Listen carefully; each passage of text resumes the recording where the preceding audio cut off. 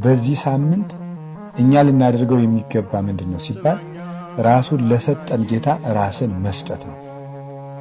ከእግር ጥፍር እስከ ራስ ጠጉር ያሉ ሕዋሳትን ሁሉ ለእግዚአብሔር የምናስረክብበት ሳምንት ነው። በሕማማት ክርስቲያኖች ምን ያደርጋሉ ሲባል ራሳቸውን ለሰጣቸው ጌታ ራሳቸውን ይሰጣሉ።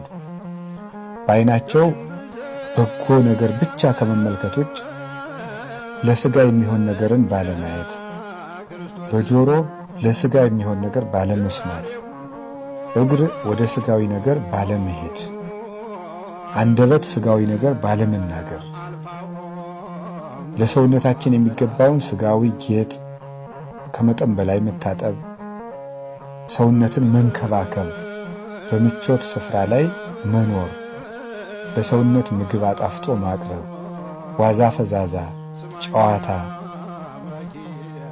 እንዲህ ያሉ ነገሮችን ሁሉ ትተን ራሱን ለሕማም ለሞት ለኛ ብሎ አሳልፎ ለሰጠ ጌታ ራሳችን መስጠትን የምናደርግበት የምናሳይበት የስጦታ ሳምንት ነው።